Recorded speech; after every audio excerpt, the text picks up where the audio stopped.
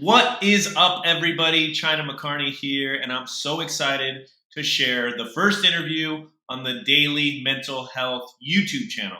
We're starting it off with a bang. We started with Catherine Crowley, who is running the Brooklyn Half Marathon at the end of April and raising funds and awareness for AAAD, the Athletes Against Anxiety and Depression Foundation. The talk was incredible. We're exuding passion about mental health. She's 23 years old. She just made the transition from the athletic arena. She played lacrosse at Loyola University in Baltimore, Maryland until 2021. Now she's been in the real world working at a magazine company. She graduated in marketing, but has been in the real world for 2 years. It was just so awesome. Two different perspectives. I'm a 36-year-old male. She's a 23-year-old female. But we had so much in common. Struggled with mental health, have a passion to talk about mental health openly, honestly, with vulnerability. We really wanted to touch on the transition from athletic arena into the real world and give some tools that can help. And we got into so many other topics, and it was just a blast, and I know you're going to like it. Make sure to hit the subscribe button to the Daily Mental Health. That's how you can support me, AAAD, for free. Get ready for an epic conversation between me and Catherine. Be the change you wish to see in your life, and we'll see you soon. See ya.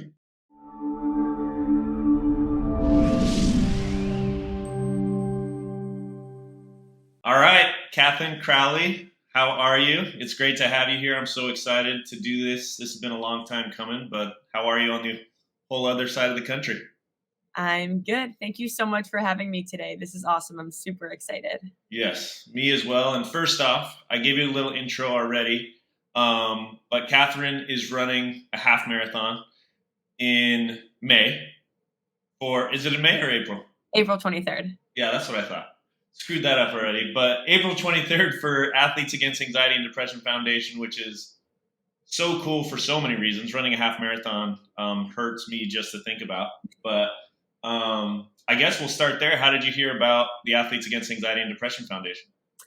Yeah, so I actually first saw it, I think it was on social media, but it was when you guys did that strikeout stigma with the Atlanta Braves for the first time. I think it was back in 2020.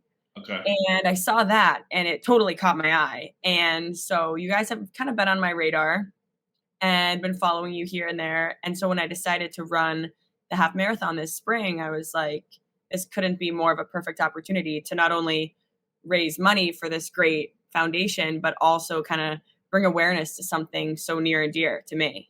Yeah, no, that's incredible. And that's one of the benefits of technology and social media is that people are more accessible. Like, it's pretty sweet. I'm in Los Angeles, you're in New York, and we can just hop on like this, and the Strike Out the Stigma started because of social media as well. Tyler, the pitcher that ended up doing it, just sent me a DM on Instagram and was like, I want to help.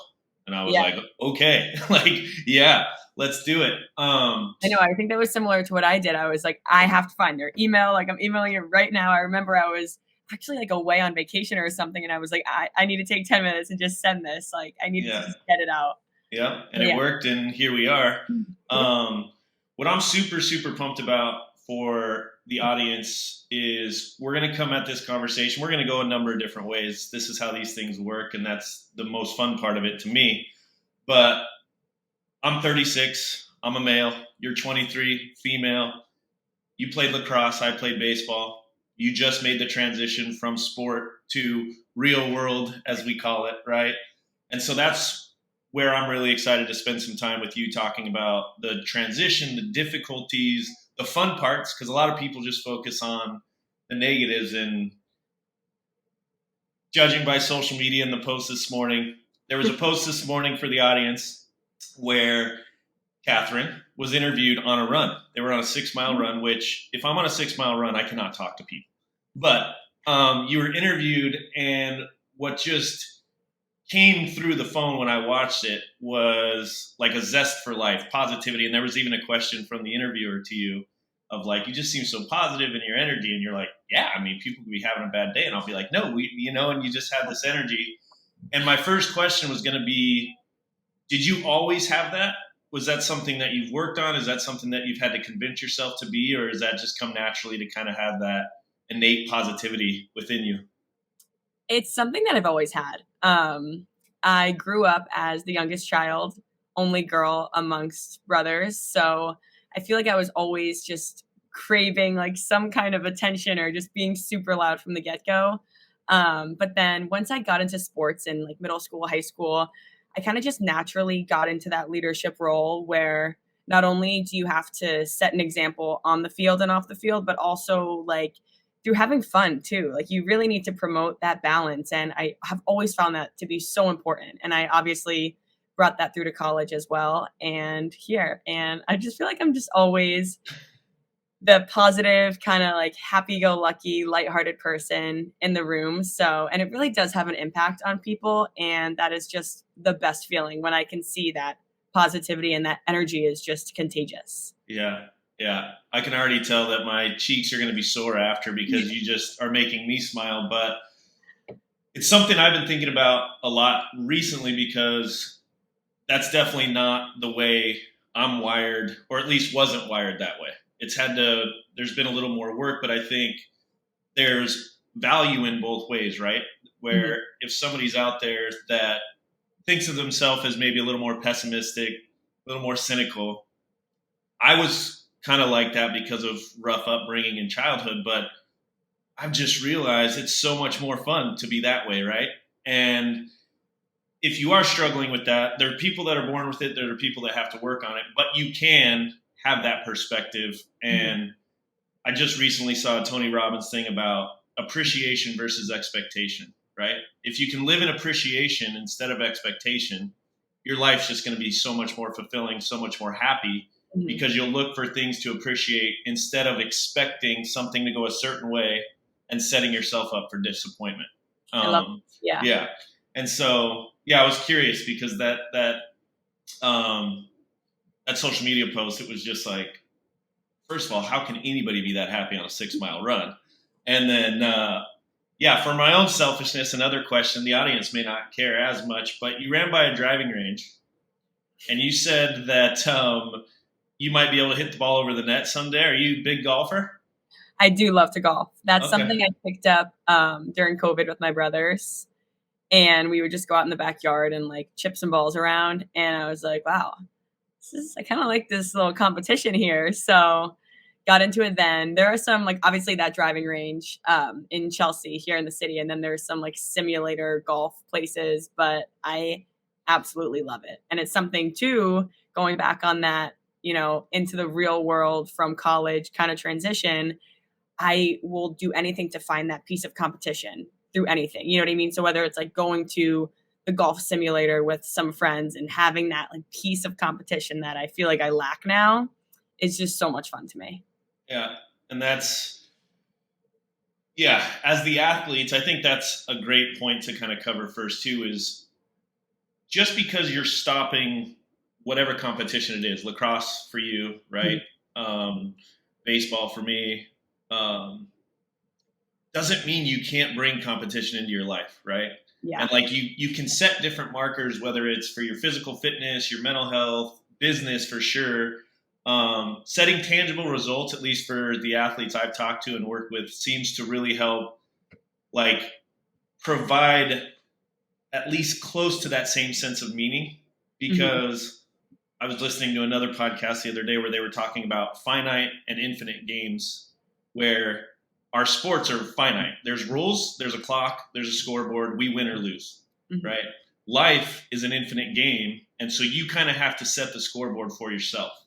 And I think as athletes making that transition into the real world is, you got to get to know yourself, which we'll go into because that's what happened with me. I did not know who I was at 25 years old. I was a mental midget in terms of a relationship with myself. But you just have to find something to bring that fire back, because I think that's what gets really, really hard for athletes is there's not that fire in the real world, and not everybody's like-minded with you because we've spent so much time in locker rooms that everybody's working towards the same goal.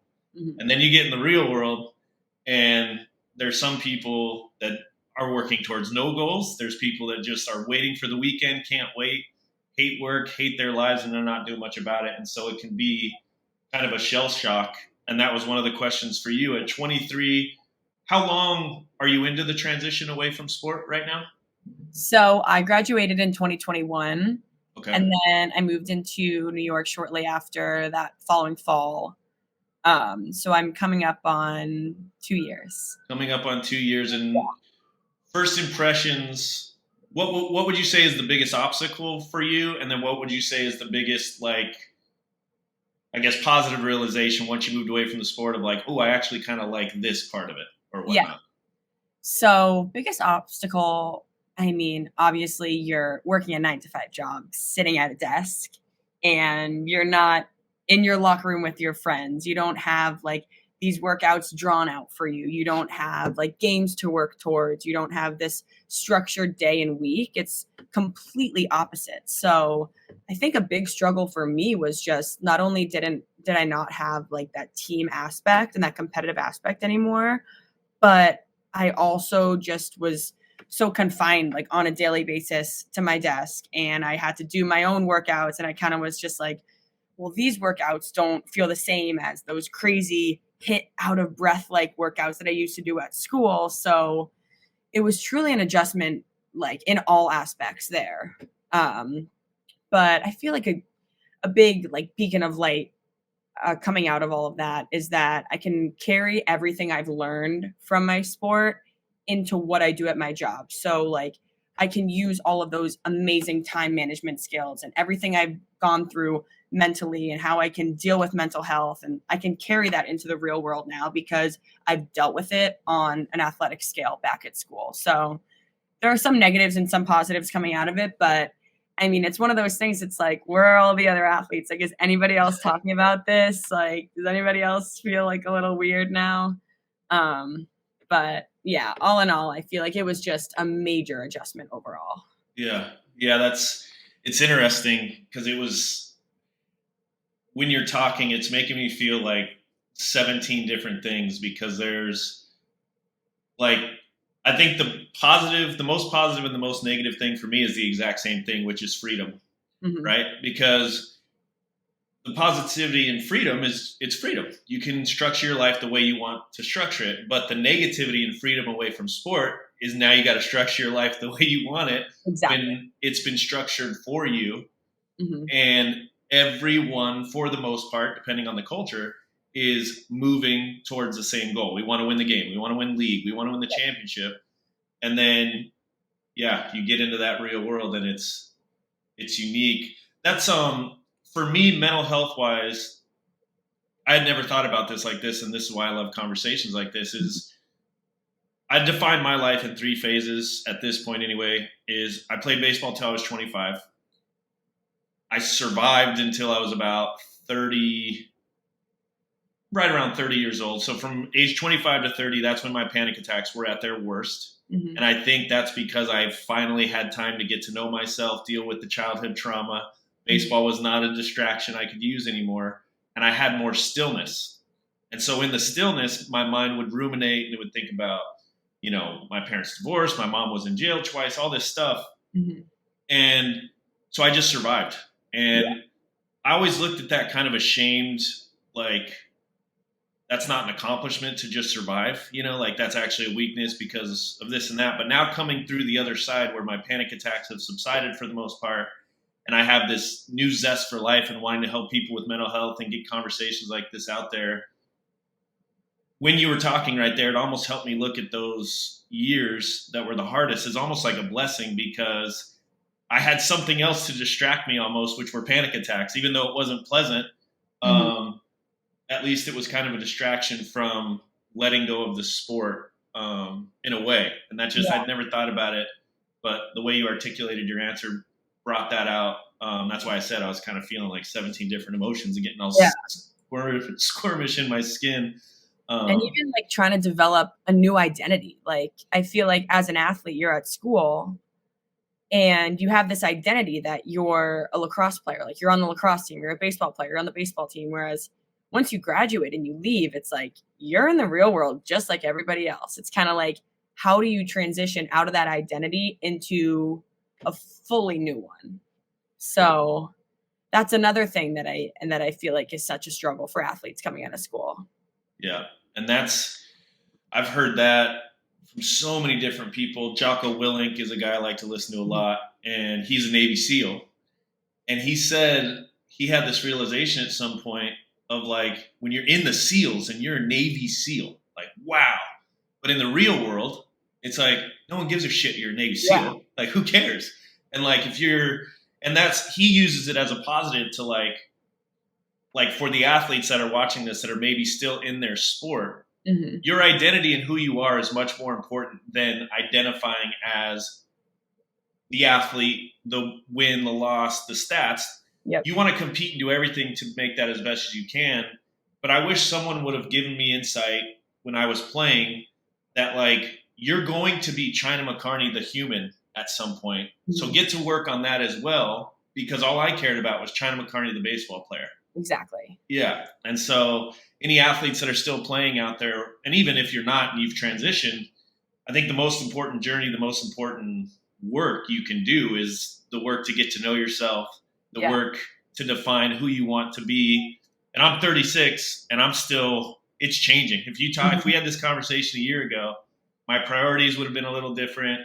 And so, but I think that's the beauty of life, is that every day and every moment is a new chance to just, let's fine tune, let's tweak. Yeah.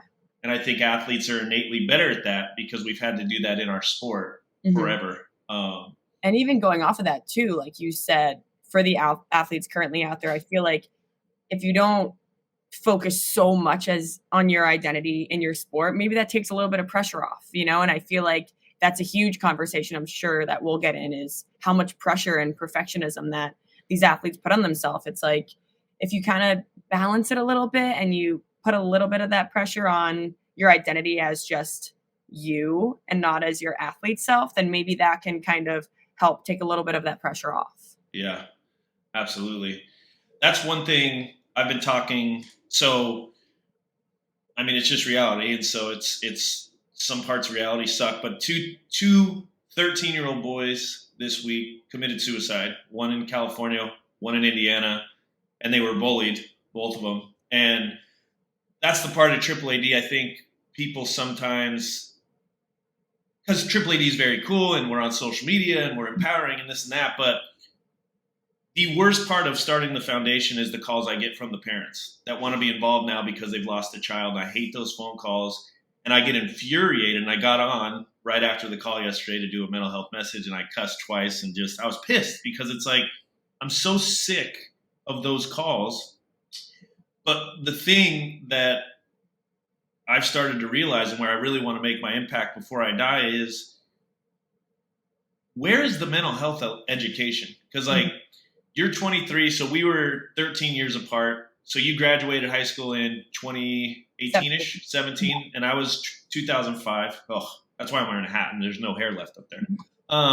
But do you remember any mental health education in school, in sport? Nothing, right? Okay. So that hasn't changed, and that needs to change because, like you said, the reason that came out at this moment is because you said, like, the perfectionism in sports and the pressure. Like, there's pressure on all kids just because of judgments and bullies. But then you add result-oriented things like sports, and they have rankings now for 8-year-olds and 10-year-olds and all this stuff. And it's like, there needs to be more education from a young age, because we learn about physical health, PE, right? We have PE. We watch those tacky sex ed videos that we got to get our signature from our parents where like the kids are snickering because we're too immature to understand what any of that stuff is. I got in trouble because I was laughing in 8th grade. But it's like, really, we're not going to educate kids that it's okay to not be okay sometimes. And the bully is the one that probably has some insecurities and they're projecting that onto you, or like educating so that it's more normal to talk about. Because we don't judge people for going to the gym and working on their physical health. We applaud it. Like, good for you. But it's like, if you go to therapy, it's like, you know, there's still that stigma. And I'm wondering if you felt that, because in the male sports in 2009 through 12 is when I really dealt with it bad. There was zero chance I was telling anybody what I was going through. And I was curious from your perspective in female sports, is there I'm sure it's probably more understanding, but is there communication of that stuff more? Is it still pretty perfectionism, do your job and be tough? Yeah, I feel like on two different notes, kind of going off of what you were just saying, I just wanted to add on, I feel like from a young age, if you're not normalizing mental health and like including it as kind of like a normalized class or something that kids need to take from a young age, like they're gonna go into high school and college being like, okay, this is like I can't act like I have something wrong, God forbid. It's kind of like a frowned upon thing because it was never normalized from the get-go. Whereas if it was, I feel like people would go into college and be like so much more open to asking for help or getting help because it was such a normal thing from when they were brought up as a kid. So I think that that's just an interesting point that you brought up as well, that I feel like goes back to the reason why talking about mental health is just so not a normal thing in our day and age. Um, and then, yeah, so from a female perspective, I feel like it's different. And it's funny too, because like I'm younger and I feel like social media is so prominent, and especially with females and sports and things like that, this like you're tying in a different level of perfectionism. And I think that girls are so quick to compare themselves, and whether it's like body image issues or things like that. And I think that playing a sport as well, females, there's that like, oh my gosh, I don't want to get bigger. Whereas like you're getting stronger for your sport. So that also ties in so many mental health struggles for female athletes, especially female athletes my age, and then a few years older, a few years younger, because social media is like the biggest proponent for that right now. So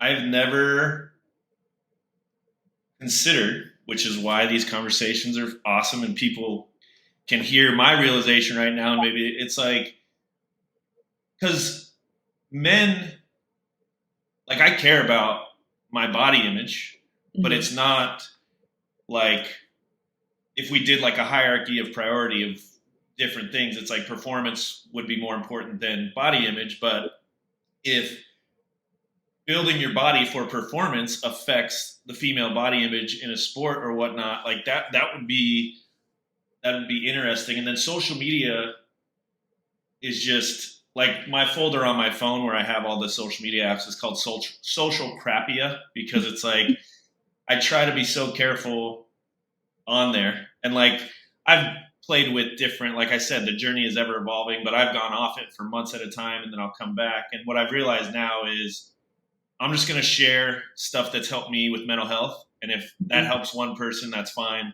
And then everything else and the hating and all that stuff. But that would be interesting to do deep dive studies on like different age groups, males, females, and how social media, like how you rate it of importance and different things. Yeah.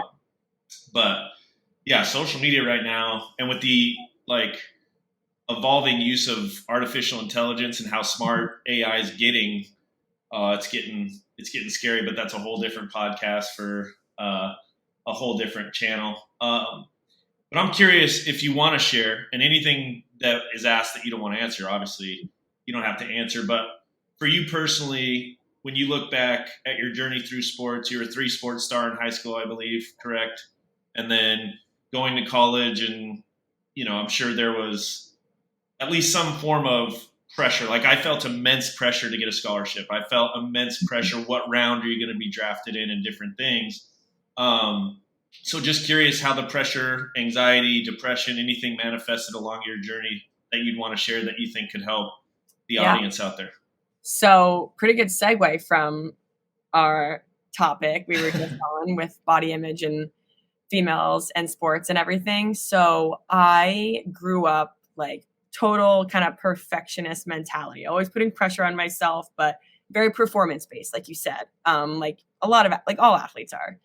But in college, it was my junior year that perfectionism really took a toll on my body image. And I actually developed a pretty bad eating disorder where I had to sit out my whole fall season, and I couldn't play with the team, I had to sit out the practices, couldn't run, couldn't work out. So that really opened my eyes and took a huge toll on me, and is the main reason why, like, to this day, like, I will be the biggest advocate for mental health with anything. I mean, obviously everybody has different stories, but that took such a toll on me mentally, and going through that and then coming out the other end, all I want to do is just help anybody who is either in the thick of it, still dealing with it, maybe like teetering on the edge, about to go through it. So that's just my main goal too with all of this as well, is just if there's any, like, male, females out there that are going through any mental health struggles similar to that, or anything really, just to kind of help them and raise awareness around that. But I was lucky enough at Loyola, we had like so many amazing resources. I'm biased, but I think we had the best coaching staff in the world.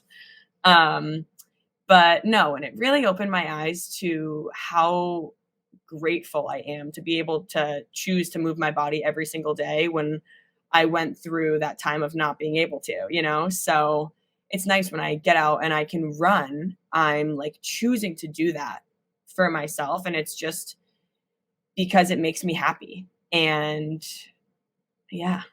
Yeah. Yeah, no, that's powerful. And that's it's people like you. Like, one of the questions that I had was about vulnerability, because there's immense power in honesty. Mhm. And you cannot be honest if you're not willing to be vulnerable. And so it's like it all kind of go, if you want real change, and like that's a lot of people ask me, like, why would you share some of the stuff that you share? And I was like, because then it loses all its power, right? Mhm. And I heard Alex Hormozy on the Modern Wisdom podcast. He said, shame only lives in the shadows, because when you bring whatever you're ashamed of out into the open, you realize it's not that scary, right? And you realize how many other people struggle the same way, or a different way, but with the same topics. And I think there is a wave of more people talking. My hope is that all of the talking creates big change at levels that I don't have access to yet, right? I can't change a curriculum in school. I tried. I had a meeting and I talked, and they basically laughed at me like, are you serious? You think you could change a curriculum in school? And I was like, I didn't know anything about it, but I think that's what it's going to take to create, like you said, if you're not educated about something in your young life, and you're kind of just made to make it up on your own, and then you get to high school and you start feeling pressure, and you start feeling judged, and then you don't have an explanation for it, and so you think it's wrong. What are you going to do? You're going to hide it with white knuckles, right? Mm-hmm. And that's what creates the issues. I always say with my story, my first panic attack was in 2009. My first therapy session was in 2015. So 6 years, I tried my best to hide it, numb it with alcohol, do whatever the hell I could to not tell anybody, because I thought I was weird or flawed or whatever. And then as soon as I got the therapy, it was like, really? That many people struggle? Like, she gave me the stats and this and that. And it was like, oh, why did I do that to myself for 6 years? And that's what gave me the motivation, the passion to create AAAD, of like, oh, no. We're shortening that gap for other people. No one's going to struggle for 6 years without getting help. But there was such a strong bias in the sports world and in the world against mental health. And so I didn't feel like I had anywhere to turn. But once I did the therapy and I shared my story on social media, mm-hmm. It was very difficult to be vulnerable. But as I did it more and more, like anything else, athletes know, you practice something, you're going to improve. It almost became addicting, because if you're vulnerable and honest, you don't have to remember your lies, right? Yeah. Like, you just yourself all day long, and you're like, I don't have to remember what I said, because I just say what I feel, what I think. And I'm wondering, for you in your battle and the transitioning, does vulnerability come natural to you? Is it something that you work on? Is it something you want to do more of, less of? Where do you stand on the vulnerability spectrum? I definitely should be more vulnerable. I feel like I try to be that strong, positive person for everybody, whether it's like friends, family. And my first thing is like, I can't admit to things I'm like either ashamed of or be vulnerable because they're going to look at me as weak. I'm always afraid of that. But when I really think about it, the people in my life that I look at as like the strongest people are the people that are vulnerable. So when you look at it that way, it just really makes you realize how much stronger you're perceived when you are vulnerable and you aren't ashamed to talk about what you're going through or ask for help. I think that's the strongest trait of them all. I can hear, yeah. yeah, I can literally like hear because of the headphones, I think, but when my heart started beating faster, and like that quote that you just had of like the people that you look up to the most are probably the most vulnerable. And then it just hit me as well as like my dad is my hero, and he went through it just hell and back, and we call him annoyingly positive, right? He's just annoyingly positive, and he just keeps that, but he's not afraid as a man. He's 6'6", just a freaking tank, right? And he is not afraid to be a teddy bear. He's not afraid to have fun. He's not afraid to laugh. He's not afraid to cry. He's not afraid to feel what should be felt. Mm-hmm. And I had to work on that for me because that's not how I was. And I had problems in past relationships, like conveying my thoughts, conveying my feelings. I would just shut down and be a stubborn 8-year-old boy that was miserable to deal with. And when you start, and look, for everybody out there that's listening, I know it's not easy to be vulnerable. And I know there's certain places, like I'm very fortunate, my day job, my career at Jaeger Sports, Alan Jaeger is Mr. Mental Health and mental training. And like, I've been in an environment where, do I get made fun of by my coworkers sometimes because we're dumb dudes that just rag on each other? Yes. But they're very understanding. And if a panic attack hits, I don't have to worry about hiding it for my job.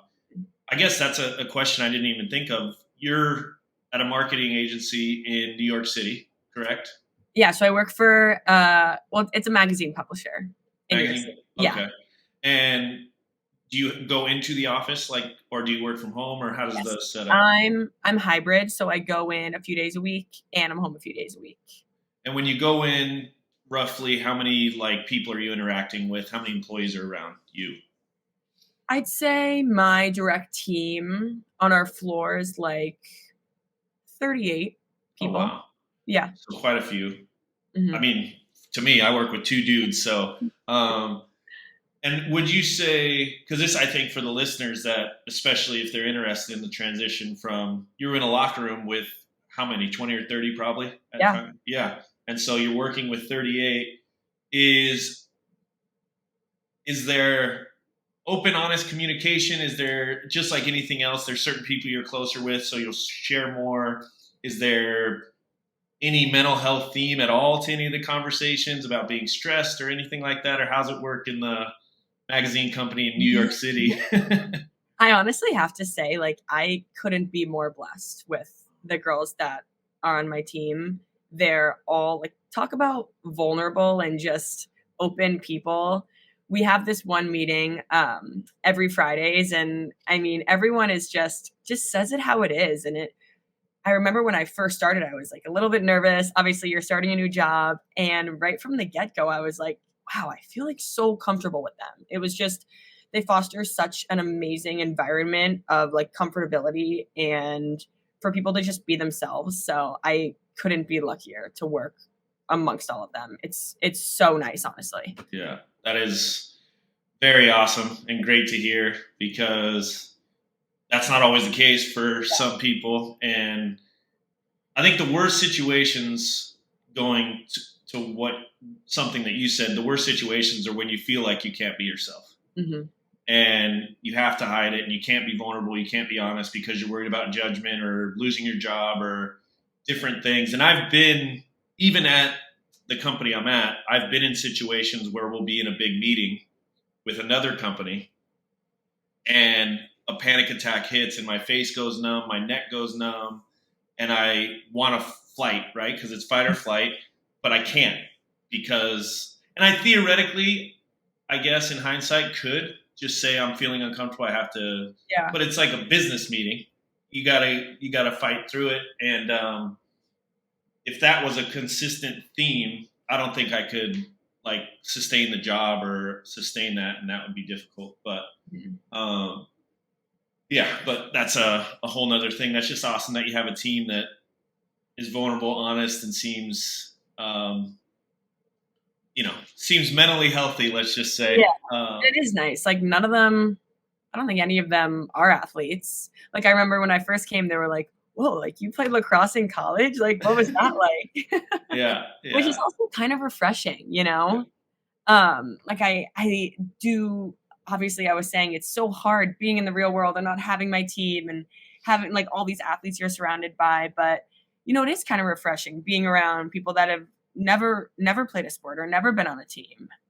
So it kind of gives you a little best of both worlds. Yeah. See, and that's that appreciation mindset where if you practice that, I promise you people, if you practice that, it gets better, because I was not innately like that. And now, like today we played golf and it wasn't going well for one of you, if you're watching, and the energy was a little down. And I was like, all right, 3 things I can appreciate right now. Like it's sunny, there's no wind, and this place is beautiful, and we're doing this in the middle of a workday, right? Like, boom, mindset changes, you can go. And I don't look at those things in a small way, because that's the work I've been trying to do for 7 years to help my brain. And so when I do that in the moment, I'm like, it's working. It's working. Because mental health for athletes, everything we've ever done, there's a tangible result we can see, right? So I'm working on throwing harder. There's a radar gun. I'm working on my command. What's my walks? How are my walk numbers, right? And different things. So there's tangible results. I want a 6-pack. I can look in the mirror. There's a 6-pack. With mental health, I think that's why it's really hard for some people to stick with like taking care of their mental health on a consistent basis, is you can't like see a 6-pack on your brain, right? And so you almost have to be really intentional with paying attention to like I call it assess and address. So you assess the thoughts that you have, address the ones you don't like, right? And so if I don't like the way my self-talk is, then I'm going to start working on it, and I'm going to recognize when I do a good job changing something, right? And with my friends now, it's been fun to watch. We play video games, speaking of having something to compete, right? We need something. And so we'll play video games, and a very popular statement was, I suck. I'm worthless. I suck, right? We make a mistake in the game, I suck. I shut that shit down. We don't say it anymore. We're not allowed to say it. And it's grown men. We're 30-something-year-old men. And we're like, no, we can get better. That's what we say now. We can get better. Or I'm going to get better at that. But that's been a fun thing, because we didn't really discuss it. I just stopped tolerating it. Like my buddy would be like, I suck. I'm like, no, you don't. You can get better. And then I'll say I suck to myself. It's like, no, I'm not talking to myself like that anymore. And I'll say this on the mic. And now I hear them like, I suck. No, I can get better. I can get better. And that's like the little changes that you can start to see where momentum could take over. I don't know if you have any examples that you can think of with your group. No, that was just making me laugh, because my friends make fun of me. I'm always that one in the group chat. I'm like, all right, guys, happy Monday. We got this. Great week to get better. Opportunities all around. And they're like, Catherine, sometimes they're like, oh my God, we're all so tired. We don't want to hear it. But sometimes they're like, thanks, Kath. Like, if somebody's, having a bad day at work and they read that and it puts a smile on their face, like my job is done. Yeah. Sounds like I need to be in a group chat with you, because our group chat is just stupid TikToks and YouTube shorts. Chat. Yeah. But no, that's so funny. So then to that point, like seeing positive changes in your life or anything like that, is there something currently that you've noticed over the last couple of years transitioning into the real world, in your friends group, whatever? Is there something mental health wise, thought process wise, that you've noticed that you maybe want to improve in your life or something that you're working on that the guest might relate to? I feel like something that I can always improve upon is putting less pressure on myself and just being okay with, all right, I had a really long day at work and I'm not really feeling too hot. Maybe my workout today is going to be a walk. Like maybe some days I can feel amazing and go and run 10 miles, but like being okay with not every day is the same. And, taking that pressure off of myself and being like, it's okay if my Tuesday looks a little different than my Wednesday. Like, I don't need to put that pressure. And that kind of goes back to that freedom you were talking about. Like, we aren't confined to our sports and practices anymore. Like, we can have really hard days at our desk and then come home, and if we need to rest, we need to rest. So sometimes I get really hard on myself in that sense and think like, okay, every day needs to be perfect, like balls to the wall, like got to hit an awesome workout, do this, do that. Whereas I need to be a little bit easier on myself, take a little less pressure off myself and my perfectionist mind, and just be okay with however that day is treating me. Wow.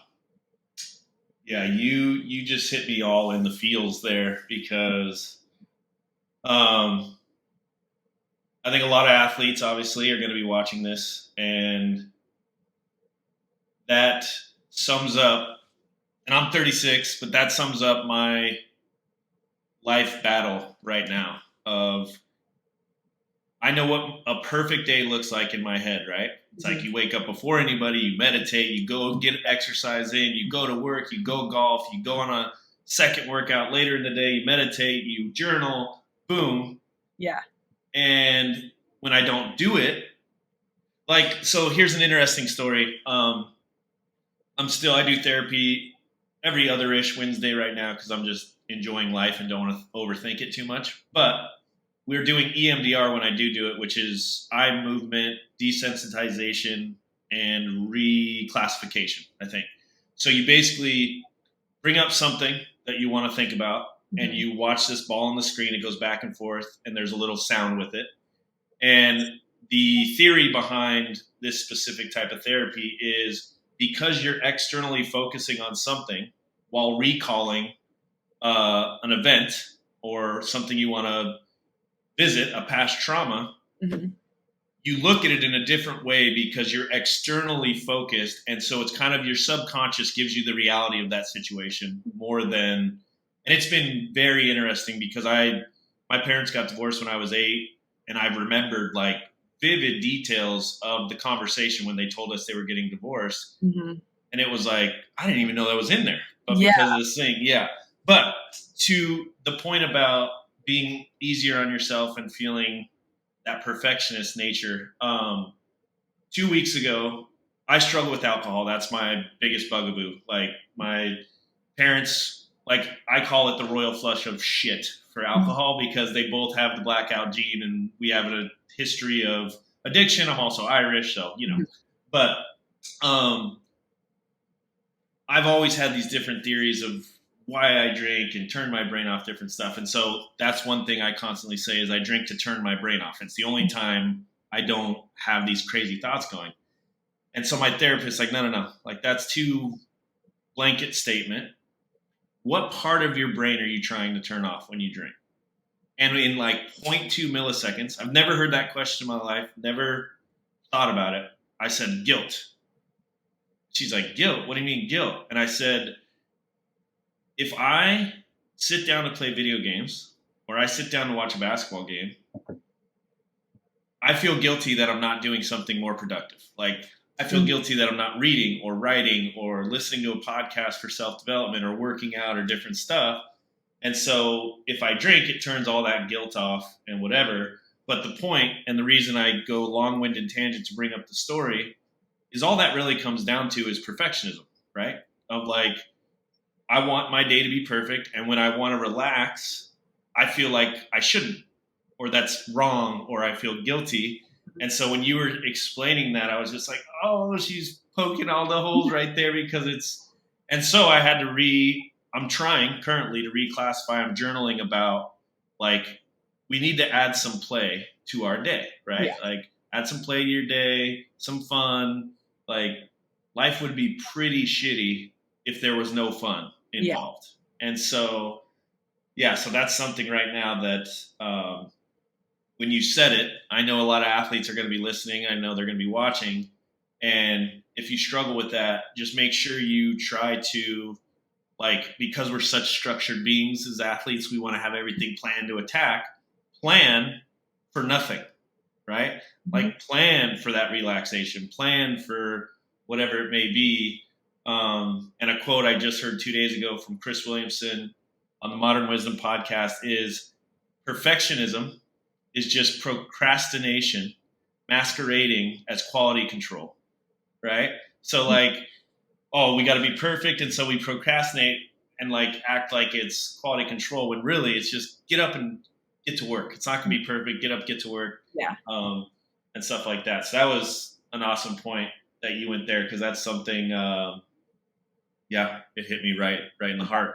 And it even so like ties into the appreciation over expectation piece as well. Like, you know, maybe I'm golfing today over getting in my workout, my journal, and my podcast, but it's like, okay, let's take a step back. I'm so appreciative that I get to golf right now. You know what I mean? It's like, instead of that expectation of like how my afternoon routine looked like. So I think that that's something that I'm really going to use moving forward. And I feel like it's going to make a huge difference. Yeah. Thank you, Tony Robbins. Yeah. Yeah. But that's, at least for me in this journey of, call it whatever you want, life. And I really didn't start, like I had a lot of experiences up until 26, 27, but I didn't really start trying to define my own brain. Like, what are my core values? How do I want to approach life? And for the last only 6 to 8 years. And so I still feel malleable, and I'm trying to get less so, because like somebody will say something and it's like, oh, that's the way it should be. And then somebody else will say but it really is like small changes or small sayings. They might seem cliche, right? But if it helps you in one moment on a golf course when your buddy's pissed that he just got a 6, I told everyone. But it's like, no, take a step back. Don't get consumed by the energy, and let's redo it. And that, to me, it's like, I have a hard time when I see people that I love not making the positive changes, because it's like, you can't show them. Like, I can show somebody I lost 20 pounds and they'd be like, what'd you do? I'll try the diet, right? Or I'll try the exercise routine. With mental health, I can tell you I'm feeling better or my perspective is changing, but it's not as like powerful to grasp where they're going to want to do it. And so when I see people that I love complaining about something and not taking the steps to go change it, that's something I'm still really struggling with, trying to define my core value on that specific point. Because one of the easiest ways to lose friends is to give them advice they don't want, right? Nobody likes that person. If they don't ask you for advice, like, you know what you should do? You should do this, you should do that, you should do this. It's like, shut the fuck up. Like, I'm living my life. Like, don't talk to me. And so, yeah, I've had to take a step back, because that's my dad's nature. Is he's Mr. Fixer. And then, which is awesome, but we have a joke in our family that I know who to call when I need what, right? Like, if I just want to vent and I need someone to say fuck with me, like my stepmom, I call her and we just gossip and we can. But if I need plan and I need perspective and I need optimism and I need, you know what you should do? Call my dad, say one word, and he's just blah, blah, blah, blah, blah, blah. And he has like 10 plans to help, which is cool. And I appreciate both.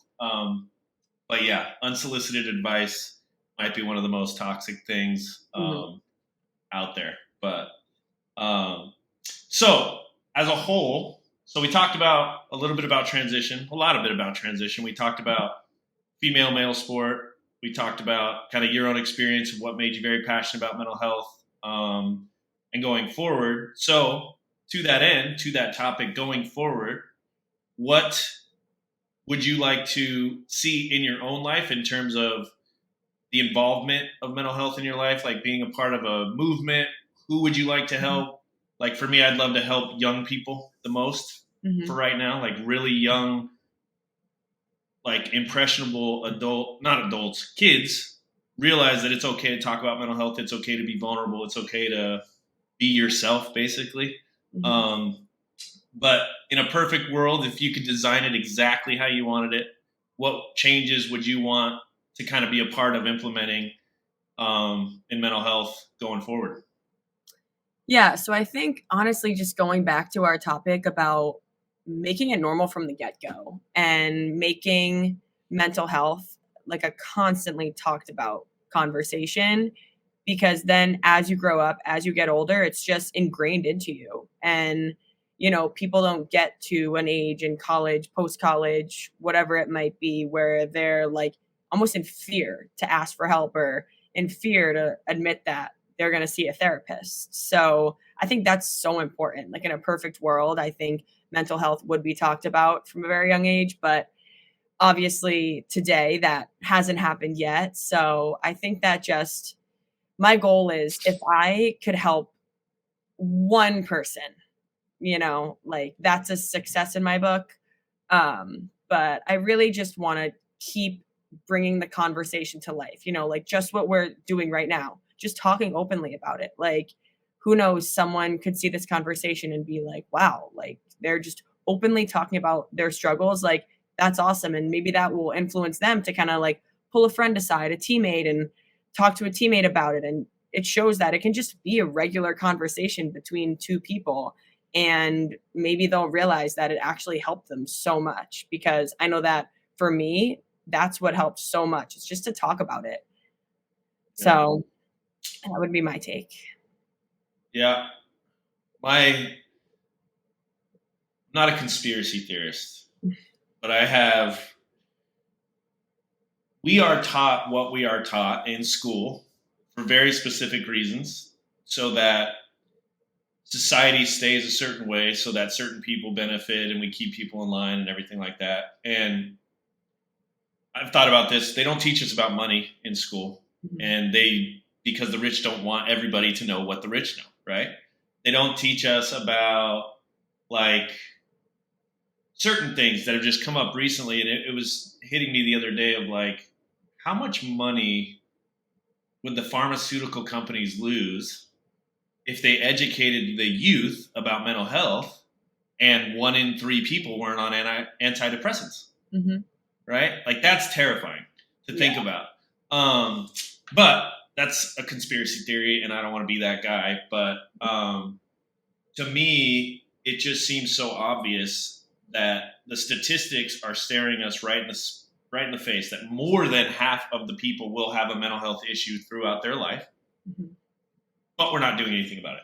Yeah. We're just going to sell pills, and we're going to, just medicate and different things, which there's nothing wrong with medications. I take a very low dose and it seems to help. But I wonder how much power mental health would lose in our lives, like that fear of it, if we were just educated. Because we're educated about, not everybody's educated. There's a crazy obesity rate in this country too, but it just feels like we don't judge physical health at all. It's like an expected thing to at least try to eat well. Everybody goes on a diet or different things, but it's still a little taboo to talk about mental health, and that's what I hope. What I hope we can change. And the good news is for you that you said you want to help one person. You've already helped me on this call, so you won. There's your victory check, and people are going to watch this, and they're going to be helped in your vulnerability for sure. And that's the reason I was so excited to have this conversation. Is just, it's two different perspectives, different backgrounds, different sports, different gender, but so relatable. Like, that's the part I think, if there's a lesson I want people to take away, is it feels like you're suffering in silence, you're suffering alone, but there's so many people suffering in their own silence as well, right next to you, that if you can just break the ice and get the conversation going, all of a sudden it's like I can breathe twice as well. And that power, because that's like, I crack myself up almost, because I don't want anybody to think that I don't have anxiety anymore just because I talk about it, right? Like when we first started this call, this is the first one of this style. This is new software. And I was going a little bit. Like my hands and feet were a little tingly. And so it's like I still deal, but it's not as scary because I've let everybody know it's what I deal. You know, it's like, who cares? What do you got? It's you out know? there. Yeah. And it's like we all have something. And if we would just take the judgment out of it and just try to support whatever it is that, you know, this person might deal with obesity, this one mental health, this one addiction, this one, but very few people, and that would be a shitty life anyway, go through life just perfectly, you know, no adversity, no ups and downs. And so if more people were willing to talk about it, I think it would go a long way in making that normal to children, which then that's how you make a long-term change is you get the next generation to inform the next generation. It's the way culture is built in sports. You have good leadership, good captains. They make the freshmen good. Then those freshmen become sophomore, and then it's boom. You just start building this beautiful freaking tower. I agree. But yeah.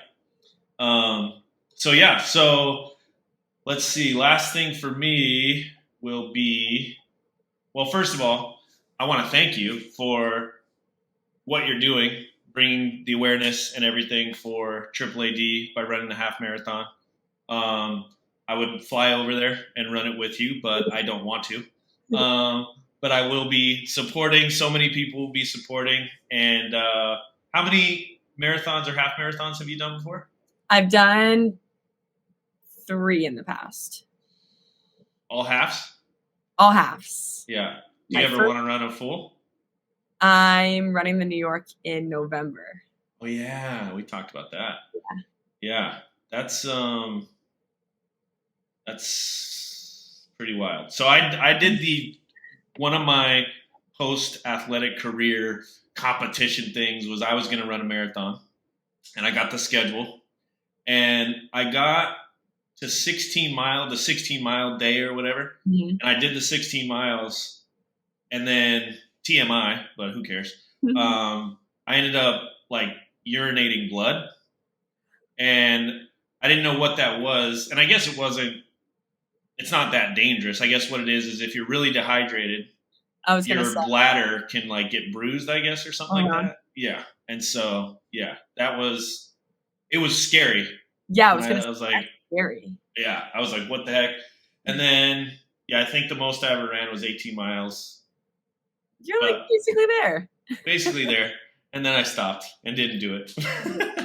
But yeah, no, but if you need anything from me, just let me know for that. And if people want to find you, if you want people to find you, where can they find you? You can find me on Instagram at Catherine Crowley 10, and feel free to message me anything. I'm totally an open book and always here to help. So that's beautiful. Yeah. And her Instagram is fun and impressive, and the nightlife and the food, and it seems like you're doing life the right way, having fun a lot, and hanging out with the right people. So that's pretty cool. Very much. Yeah. And so I guess the last thing to cover before we shut it down here is if we recap the main points, transitioning, if you were going to give 1 or 2 pieces of advice, and then I can give mine as well, for athletes that are going to make the transition into the real world to set them up for success, what would be 1 or 2 pieces of advice you would tell your younger self 2 years ago? I would say, again, just don't put so much pressure on certain situations. Like, just take a step back and look at it from a different perspective. Don't put an insane amount of pressure on getting the right job or having the perfect routine or things not looking the way you think they were going to look. I think it's just, again, appreciate, kind of be present where your 2 feet are, appreciate the ones around you, and just try to look at it in a good perspective and not be so perfectionist with everything you do, because it'll all work out. I like that. Are you talking to me or are you talking to the people that are, because that felt so good for me, because I needed to do that as well. I would echo that for sure for anybody making the transition. Yeah, Get rid of the perfectionism. Be your best friend. You're the only person that hangs out with yourself 100% of the time. So if your self-talk is bad, that's going to be a bad situation. So my last piece of advice would be get to know yourself, right? Spend time in stillness, kind of find what makes you tick, and then use your brain to your advantage. I had no clue how powerful my brain was. And the brain has no good or bad filter. It just does the work it thinks you want it to do, right? It's called the reticular activating system. One little nerdy story at the end of this, you'll like this too, is if you've ever been shopping for like a new pair of shoes or a new car, right? You start to see that everywhere, right? Mm-hmm. It's like, oh, there's a blue Audi, there's this or whatever. There's not all of a sudden more of those. What has happened is your brain, this thing called the reticular activating system, which is the filter, has been told basically by you that you find that important and it needs to show you more of that. And if you replace the shoes or the car with positivity or, optimism or good perspective, your brain's going to be like, okay, let's look for more positive things. Let's look for this, right? The other way, if you look for negativity, cynicism, it doesn't, like I said, there's no good, bad filter. It just follows your lead. And so if you really get intentional, if you start each day with like a 2-minute breathing session and you say positivity, like love, gratitude, that's what I want to see today, your brain will help you. I've seen it. That's been the most fun part, is just feeling. It's like when you start to get a new pitch or you start to get something in your sport where you're like, yes, the work's paying off. Mm-hmm. Your brain will work for you if you do the work. And so, yeah, practice positivity, gratitude, and then the last thing I always say on any of my videos is be the change you wish to see in your life, right? Because nobody's going to change it for you. You're an athlete, you're a competitor. Go do it. Create it. We only get one of these. Be annoyingly positive. Tell people that you love them. And be the change you wish to see in the world, because, the more people we can get in this army, the better the world can be and the better mental health community will be. I love it. Yeah. But I appreciate you so much. I appreciate you reaching out to AAAD. Of course. I appreciate your discipline and dedication to run a half marathon, because 13.1, right? Mm-hmm. Yeah. I'll do 13.1 feet when we're done with this interview outside. I'll run 13 feet. That's all I got. But seriously though, I appreciate you. I appreciate your vulnerability, your honesty, you willing to do this. You're the first one on this channel. So we'll be sharing this. We'll be rooting for you. And if you need anything at all, you know where to find us. And I appreciate you. Thank you so much. Awesome.